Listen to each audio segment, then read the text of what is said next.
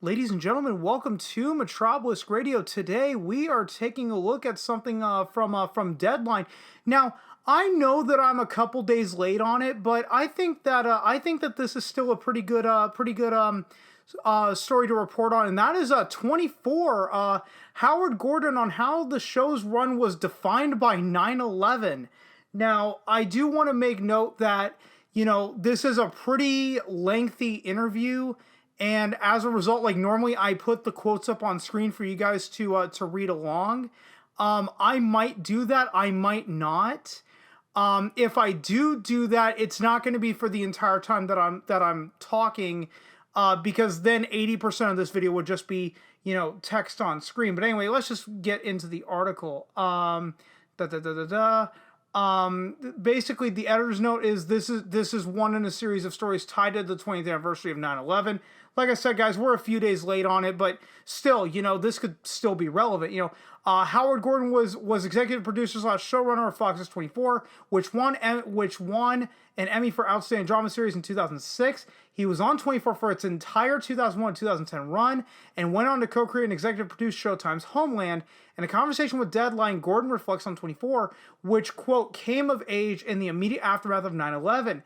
Its unexpected role as an outlet for the country's collective anger following the attacks, and as wish fulfillment, featuring a hero who does whatever he needs to do to get the job done, as well as the show's complicated history on the subject of torture and Muslim betrayal, which America grappled with in the years after 9/11. He also provides an update on a possible 24 revival and reflects on the events of Afghanistan through the prism of Homeland.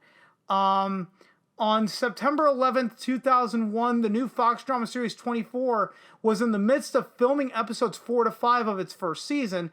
The network had been promoting for months the groundbreaking real-time terrorism-themed drama starring Kiefer Sutherland, with a trailer featuring a plane being blown up in the sky.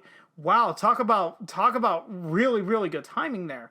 Howard Gordon, born and raised in New York, had a lot of family visiting from the East Coast who were staying at his house in Los Angeles. They were all scheduled to fly back on September 11th, and one of them, Gordon's uncle, woke him up early that day and urged him to turn on the TV. He tuned in between the first and the second plane crashing into the World Trade Center towers. Quote, I believe we were meant to shoot that day, and I think Sarah Clark, who played Nina, had a brother working in the financial district in New York. She went home, so we stopped shooting that day, and it's hard to reassemble exactly how long it took before we started shooting again, because obviously everyone was in such massive shock.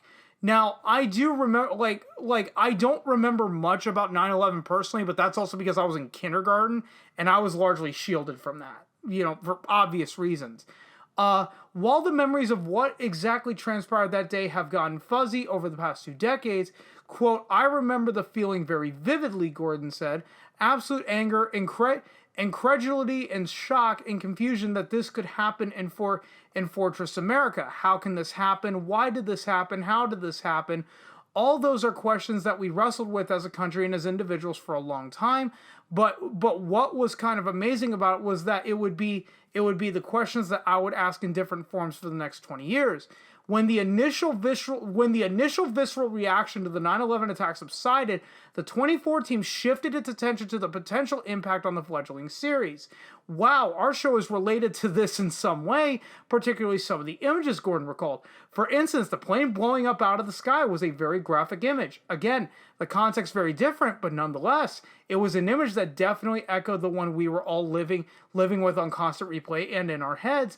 I think also when we were able to even talk about it, well, what does this mean for the show? The first thing we all thought was that it was doomed. Well, obviously, that comedies and blue sky shows would be what people wanted, not something that echoed even a remote way the anxiety we were all feeling at that time. And he's not wrong for holding that opinion. I mean, look at the Star Wars prequels. The Phantom Menace made over $1 billion. Then 9/11 happened.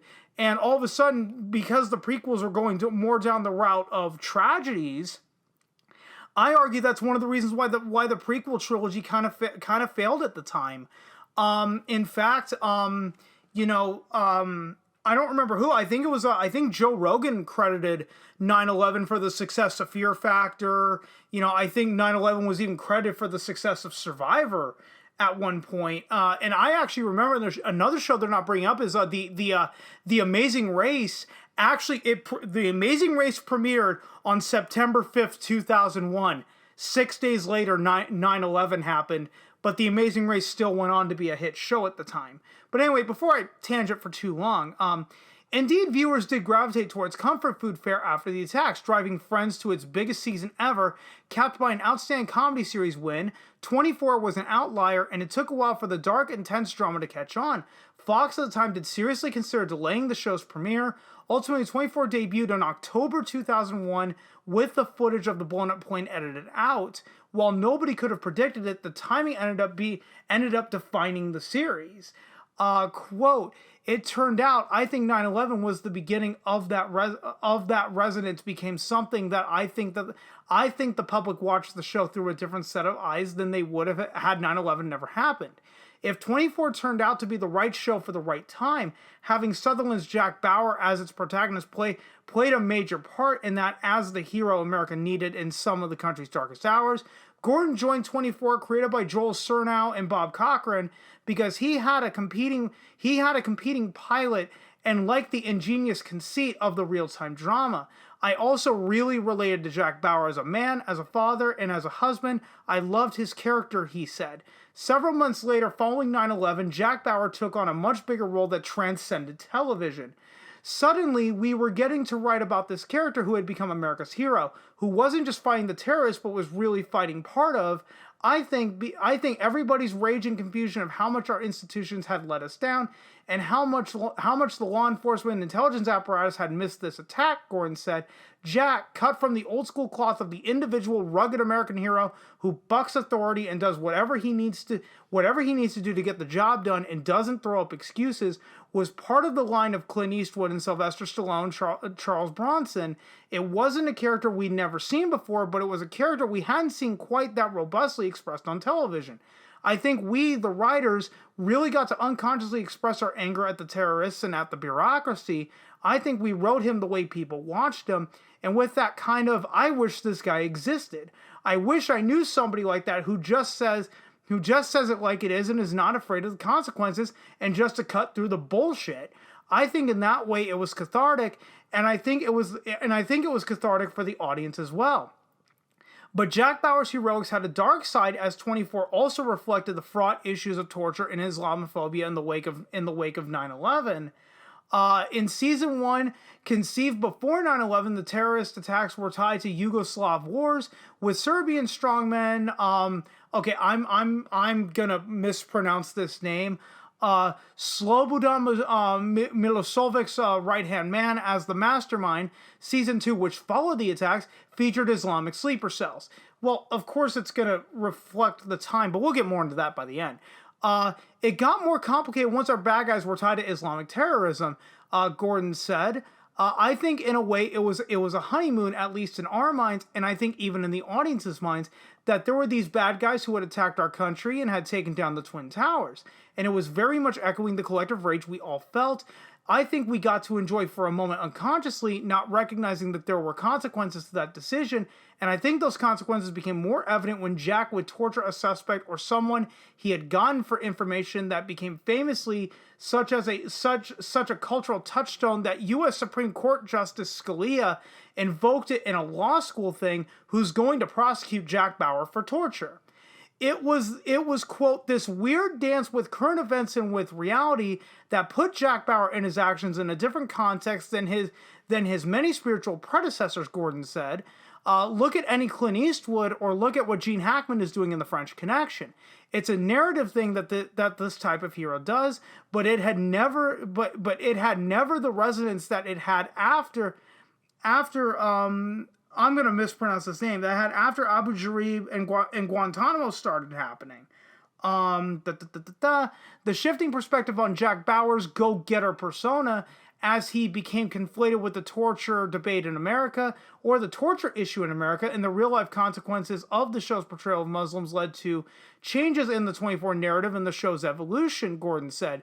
In season 4, the producers were contacted by MPAC, a Muslim Public Affairs Council, and CAIR, or CARE, the Council on American Islamic Relations.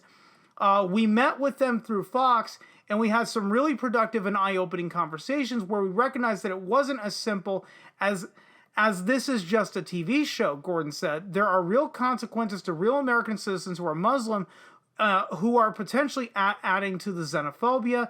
This is the last thing any of us intended to do, but I think we recognized in that moment that this was a potential byproduct of some of the stories we were telling that I think made Jack's character and his moral compass more complicated, and I think we wrestled for the balance of the series with that very question. Again, it's not uncommon for a show like 24, a serious drama, to be very reflective of the times. I think this last quote that we read, I think this is more of a in retrospect answer and not what was said at the time, because at the time nobody could get over 9/11, and then you had Operation Iraqi Freedom immediately after. So it made sense on a show like 24 why they would keep that going. 8 seasons and a limited series, 2014's 24 Live Another Day. Later, Gordon spoke about him and Sutherland possibly revisiting Jack Bauer and what the character might be up to in 2021. We have the desire to do it, but I think with the caveat that it has to be relevant both to the character and to the times. I think it's a tricky challenge for all the reasons that we've just discussed, he said. Even though it wasn't technically born after 9/11, 24 certainly came of age in the immediate aftermath of 9/11. Then its fundamental conceit got increasingly complex, and we did try to address in the course of those last seasons. There was a price that Jack paid for his brazenness, or his directness, or his bluntness.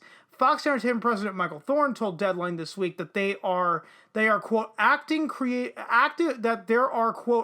creative discussions about bringing 24 back with a new take. Gordon admitted that an idea is being bandied about. Look, we love this character and it's percolating, but nothing to really talk about yet, he said. Gordon did provide a glimpse into what aspects of Jack Bauer circa 2021 he would like to explore. I think Jack has been so beaten up and even betrayed by his own country so many times.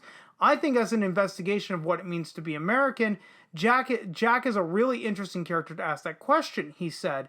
I think it would be very interesting and relevant, and again, personally, because Jack was a character of a certain age when I first met him, the idea of I'm older now and Jack Bauer's older, obsolescence and getting older is a subject that's very close to me. So personally, I'd be really interested in investigating what a finally older Jack Bauer might be doing, and how you might be not to be able to break doors down with your arthritic knee.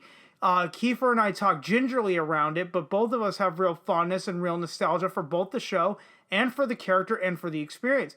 It was a really special time. Gordon continued exploring the themes of terrorism in another series that won an Emmy for Best Drama, Showtime's Homeland. Have not seen a single episode personally. It dedicated 2 seasons to Afghanistan, which the U.S. invaded in the immediate aftermath of 9/11 and exited on the eve of the 20th anniversary of the attacks. I thought the U.S. didn't invade Afghanistan until after Iraqi freedom. But I could be misremembering. Nor do I really care right now. We obviously did have a very deep dive, as we always did every season, with the State Department and our military talking about the challenges of Afghanistan and what would happen, Gordon said. People look at it as prophetic, but every president since George W. Bush has been talking about how to get out of there, and so this is something that has been talked about for a decade. Unfortunately, I think the facts of it are not anything that were unexpected. I think it was just the speed of it that was so unexpected. Mostly, it's heartbreaking. In the chaotic last 2 weeks of the U.S. withdrawal, Gordon was involved in an effort to get a number of actors, filmmakers, and their families out of Afghanistan that involved writing letters to the State Department, trying to put them on various lists and offering sponsorship for visas. Given the newfound resonance of the 20-year war in Afghanistan, would Gordon and fellow Homeland co-creator Alex Gonza be interested in exploring that in a new installment of the series starring Claire Danes and Mandy Patinkin. Quote, "It all depends on where everybody is at whatever moment in time an idea comes," Gordon said. I would never say never because Carrie is a compelling character. Saul is a compelling character, and they're both, as far as we know, still alive." End quote. So this is the ultimate question that we want to get to, because there is this report from CBR.com that a 24 revival is still a possibility at Fox. But if we look at it realistically, would 24 really work in modern times? I'm not going to read this article verbatim, but still, the question on the table, would 24 work in modern times? In my opinion, no.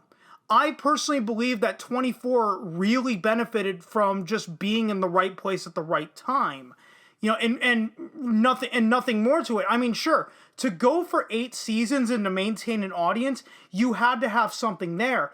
But let's also be honest, had 9/11 not happened and had this, wave of American patriotism not taken hold, and now you're seeing, Jack Bauer taking on the terrorists that are, gonna destroy America, would the show have even been a success? Maybe a moderate success, but not to the point that we're talking about it now.